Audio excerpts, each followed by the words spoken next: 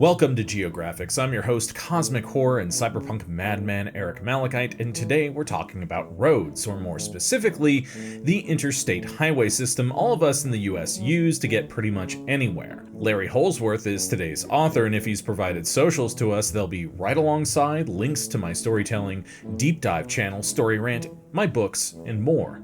With that said, let's get into it.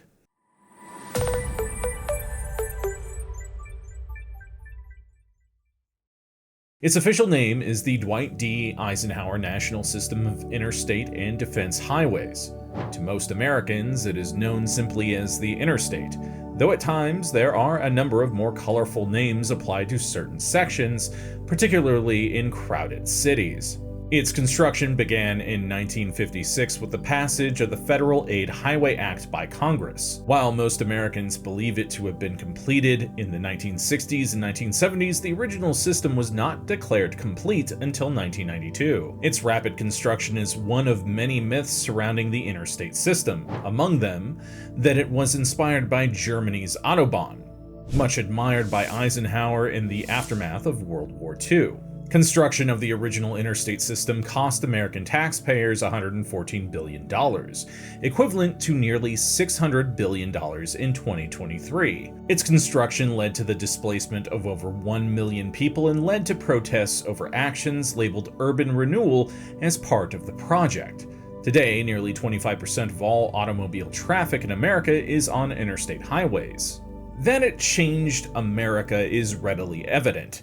The interstate greatly added to the creation of suburbs and suburban sprawl. The system led to the creation of rapid expansion of the fast food industry, the motel industry, shopping malls, and strip malls, and bedroom communities far removed from the urban core of cities. At the same time, it contributed to the decay of those urban cores, as city populations fled to the suburbs, where they could buy a house with a yard, send their children to newly built schools, and live the late 20th century ideal of the American dream. The interstates also helped enable the expansion of the over-the-road trucking industry, contributing to the decay of American railroads. The system is so well designed that even those with no concept of geography can leave New York and drive to Los Angeles simply by following the road signs. It is also in trouble in many places, with bridges and sections of highway listed as functionally obsolete. Potholes and decaying road surfaces challenge drivers, and in the nation's major cities, traffic often slows to a time-eating crawl. It was a major engineering achievement. Its construction was a joint venture between states and the federal government, and it remains a vital component of both military and civil defense plans. The story of the interstate highway system is part of the legacy of 20th century America.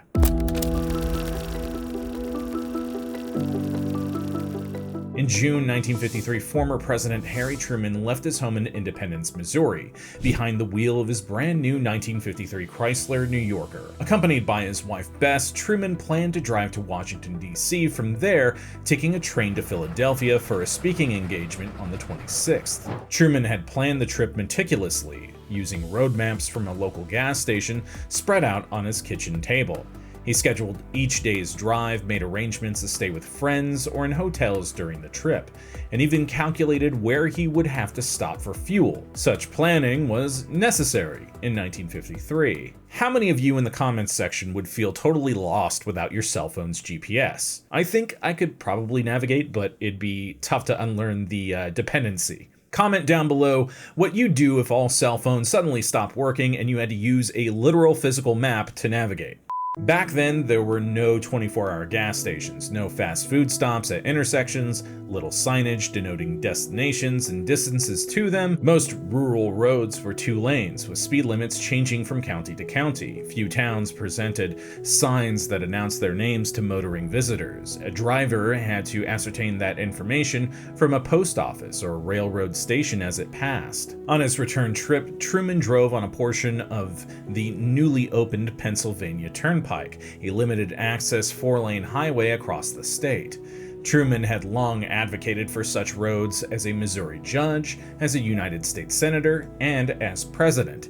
Yet little had been done. Things such as the Great Depression and World War II had, understandably, occupied the national attention. America's roads were not at the forefront of the public mind.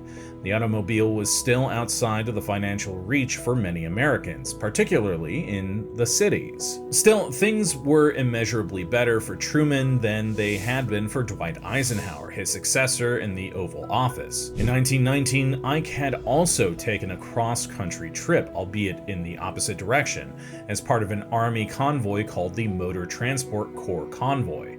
The convoy left Washington, D.C. and traveled west along the National Road and the Lincoln Highway to the Presidio in San Francisco. The trip took 2 months and deeply etched in Eisenhower's mind the lack of good roads in America, especially in rural areas and west of Chicago. By the early 1950s, the American automobile industry had retooled from its defense work in the 1940s, and the long-held tradition of introducing new or updated models every fall began. The cars built by American manufacturers were big and grew steadily bigger every year, lavishly decked out with chrome.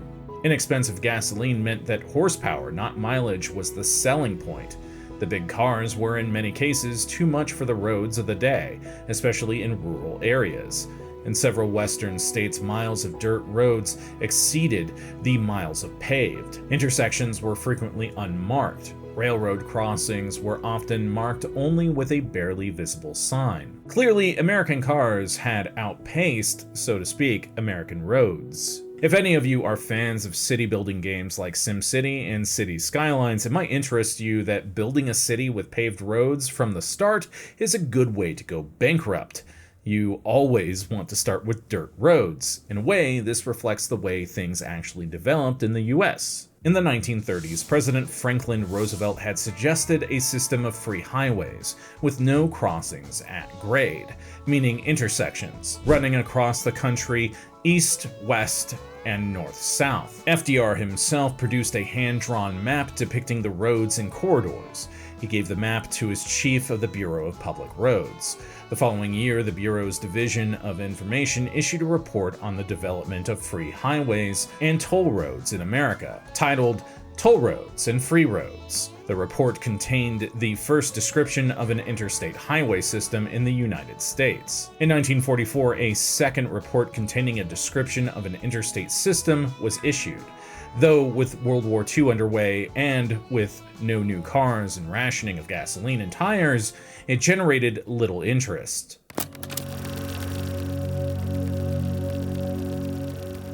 The 1950s are generally remembered in America today as a period of a booming economy. In many ways, that image is a false one. There were 3 separate recessions during the Eisenhower administration of 1953 to 1961. Tax rates were high, with the top individual income tax rate reaching 91%, the highest in American history. Eisenhower supported the idea of creating a national system of freeways using federal tax dollars to pay for it, but lacked the political support in Congress to raise taxes to pay for the project. In the aftermath of World War II, Eisenhower had seen the German autobahn, which was then largely incomplete, and noted the advantages it provided for national defense. In 1954, he appointed Lucius Clay, who had served under Ike in Germany and later commanded the Berlin Airlift, to develop a plan for an interstate highway system and a means of paying for it. Ike wanted Clay to develop the system as a part of civil defense, making the plan a Cold War defense project. Clay's committee listed among its motives for new highways as, "We need them for safety, to accommodate more automobiles. We need them for defense purposes, if that should ever be necessary. And we need them for the economy." Eisenhower, with an eye on the New York Thruway, the Pennsylvania Turnpike, and other successful toll roads, wanted the system to be supported by tolls. Clay disagreed. His committee recommended a system of roughly 40,000 miles of divided highways with no graded intersection, to be built at a cost of approximately $25 billion. Under Clay's plan, all of America's cities with populations exceeding 50,000 would be linked by the system, which was to be paid for via public bonds. In 1955, the government published what became known as the Yellow Book. It mapped out the proposed highway system under the name General Location of the National System of Interstate Highways. It was prepared under the guidance of Charles Irwin Lewis, who served as president of General Motors before joining the Eisenhower administration as Secretary of Defense. While serving at General Motors, Wilson famously said, "What's good for the country was good for General Motors, and vice versa." Wilson clearly believed an interstate highway system was good for the country. Clay's plan, supported by Wilson's Defense Department, was introduced in Congress as the Federal Aid Highway Act, which immediately ran into opposition in the democratically controlled House. The opposition was over money. A compromise led to using the Highway Trust Fund, which itself was to be funded through the collection of higher taxes on gasoline at the pump. In June 1956, Eisenhower signed the Federal Aid Highway Act of 1956, creating on paper the new interstate highway system. The federal government committed to paying for 90% of the new construction, a national infrastructure commitment unprecedented in American history. Several states subsequently claimed to be the first to break ground on the new system, and in fact, some projects had begun before the Highway Act had even passed Congress. Today, it is generally agreed that a project in Missouri upgrading the fabled U.S. Route 66 was the beginning of construction of the interstate, the new section becoming part of I-44. That project began in August 1956. As with the existing U.S. highway system, even-numbered routes were designated for roads traveling in an east-west direction.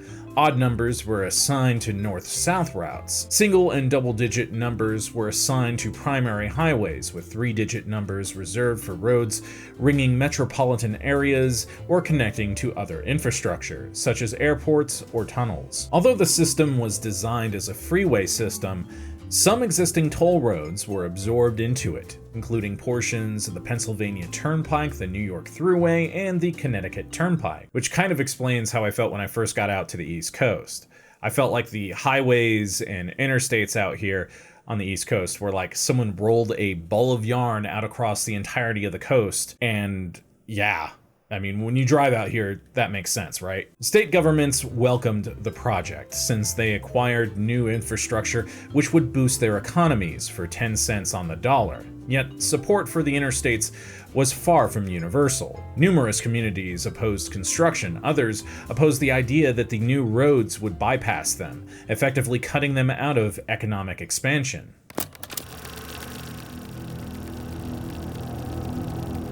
There were several objections to the new system, not the least of which was the increase in gasoline taxes to pay for it. Those objections were loudest in regions where no interstate was proposed, with drivers complaining they would be forced to help pay for a project from which they derived no benefit. The federal tax on gasoline was then 3 cents per gallon, increased to 4 cents under the Highway Act.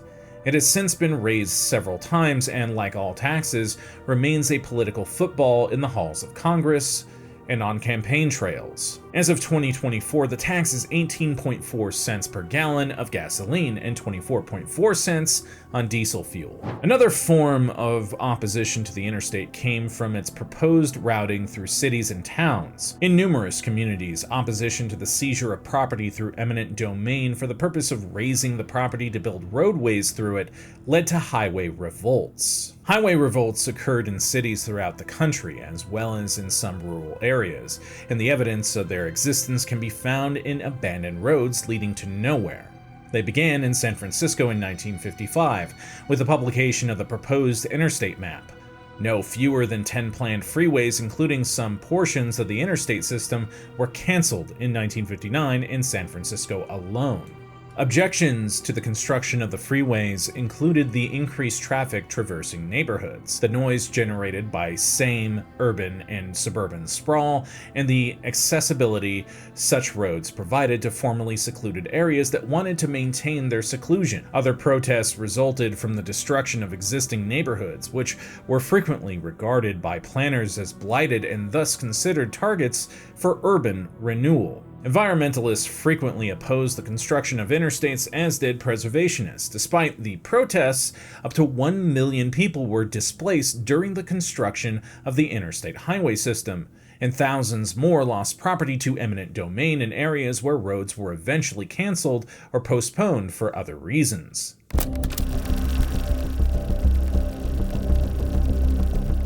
The Interstate Highway System is part of the Federal Highway Administration's Strategic Highway Network, which, being a federal entity, requires an awesome acronym as an identifier. It is known to the bureaucracy as STRAHNET, that is S-T-R-A-H-N-E-T.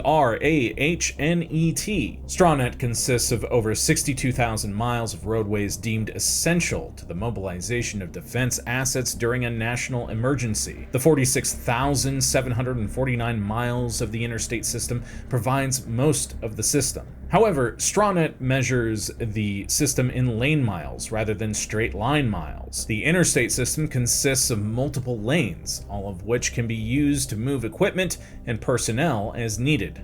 The interstates have been used to evacuate population centers during national disasters, with lane directions reversed to accommodate larger numbers of people. For example, in 1999, both Savannah, Georgia and Charleston, South Carolina saw their main interstates, I-16 in Georgia and I-26 in South Carolina, used to evacuate when threatened by a hurricane. The reversal of the eastbound lanes to a westerly traffic direction is called contraflow configuration. Contraflow has been used on several occasions, each providing lessons to be applied during future uses. One lesson learned during the evacuation of the Gulf Coast during the landfall of Hurricane Ivan in 2004 was that the presence of a large number of state troopers and other police presence actually slowed the pace of evacuation. Too many drivers stopped to ask for directions or other assistance, leading to traffic tie-ups behind them. Another was the necessity to close most exits, as re-entering traffic from a ramp designed for exiting traffic proved difficult. The interstate system is still a major component of national defense strategy, though the simple truth is most heavy military equipment is too heavy for the roadbeds to sustain. Heavy military equipment requires rail to move along distances over land. The state of bridges throughout the system also presents an impediment to its nationwide use in a national emergency. Nonetheless, the link with defense has been the source of several urban legends regarding the interstates. One such legend is that it was designed to accommodate the use of military aircraft, including large cargo planes, fighter aircraft, and bombers. The legend is that 1 mile of every 5 across the system was designed to be level, flat, and straight to allow for landing and taking off. There is no evidence that the legend has any basis in fact, though there have been many incidents of small planes landing on highways during an emergency.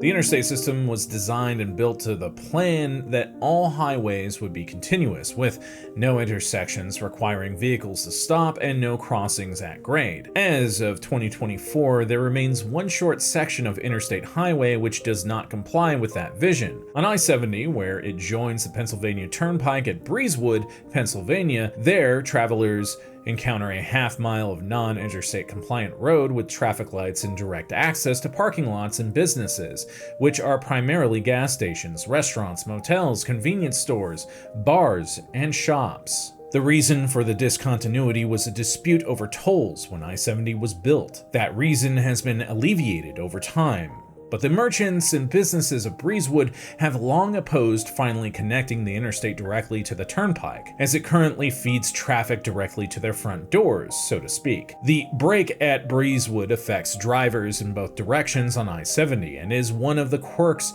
inflicted on motorists due to a conflict between federal and state governments in the late 20th century.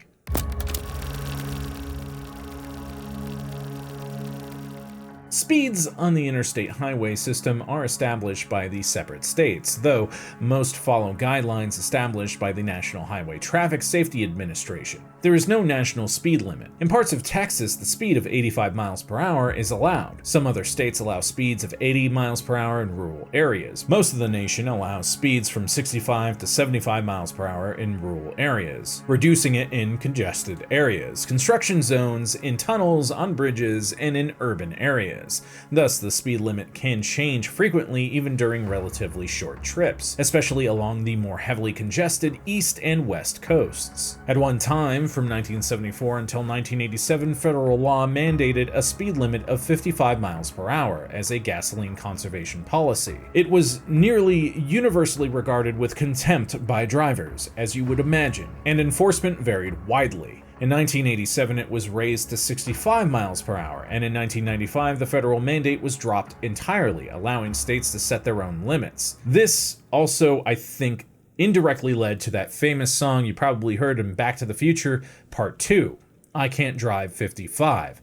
Sammy Hagar wrote the song because he received a speeding ticket for doing 62 miles per hour in a 55 zone in New York State. Several cities have converted parts or even whole lengths of interstates as high occupancy vehicles, or HOV lanes, during periods of increased traffic, such as rush hours. Such vehicles usually require 3 or 4 occupants and are designated HOV3 and HOV4 and so on, with the restricted lanes marked with diamond patterns on the pavement and on signage. All states limit certain vehicles from using the interstate system, and all states restrict the system from pedestrians, except in emergencies. To enforce the laws on the interstates, police departments patrol the roads. State police units, county sheriffs, and local police departments all patrol the interstate within their respective jurisdictions, and all have the authority to issue citations and arrest drivers suspected of breaking the law. Speeding is the most common violation on the highways, with most American drivers regarding speed limits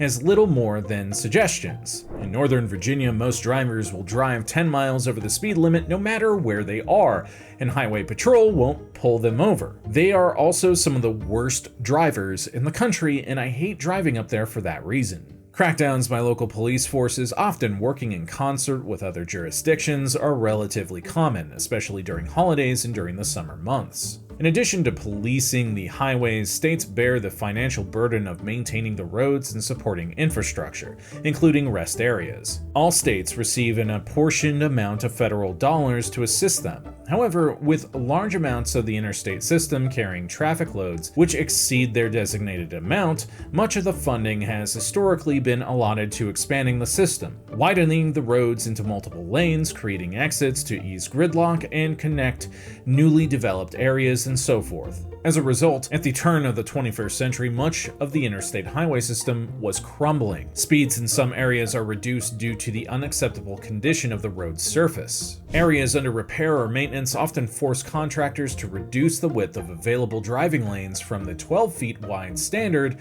for the system, also reducing speeds. The same effect has occurred on bridges, when traffic engineers have been forced to add lanes without widening the bridge deck, reducing the width of all traffic lanes and demanding a reduction in speed.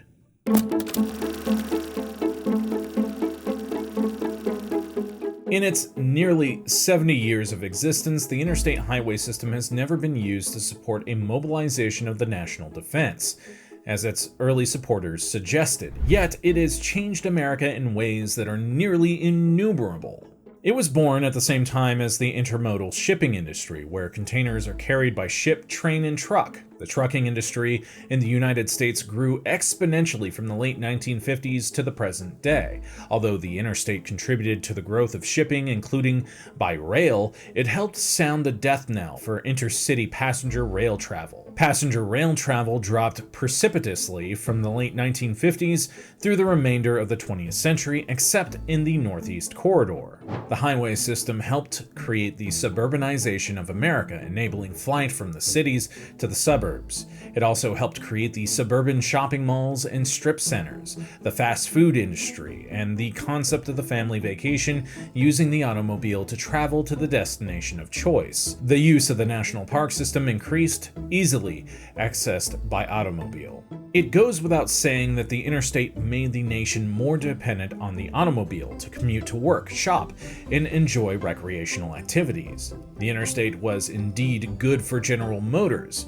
When the interstate construction began in the mid-1950s, there were few gasoline stations outside of towns and cities. Construction of the interstates led to service stations appearing at nearly every off-ramp or interchange, with signage announcing their presence, especially east of the Mississippi River. The interstate highway system has also been criticized for its contribution to air pollution in urban areas, its division of urban neighborhoods, and its damage to the environments in other areas. Proposals to expand the system or to improve it where it already exists routinely meet with public disagreement. It is frequently condemned for benefiting some at the detriment of others, especially when proposals include the condemnation of property through eminent domain.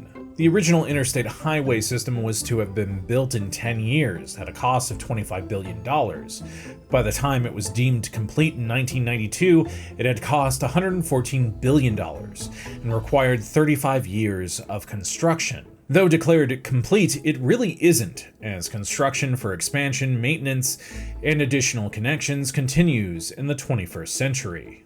One only has to drive a short distance on the interstate highway system to realize that it is an ongoing investment, which requires additional investment for as long as the automobile exists as a form of transportation. Whether it ever requires electrification for the on-road charging of electrical vehicles, as is being experimented in Europe, Israel, and in Detroit, is an issue best left to future generations. The same can be said for future expansions of the system, connecting more cities and towns to the national highways, offering them the growth potential which up to now has been denied them. Well, I certainly hope you found this video to be entertaining and informative, and if you did, be sure to do all that algorithmic jazz and hit up the links in the description and pinned comment. I'm Eric Malachite, and I'll see you next time, Space Cowboy.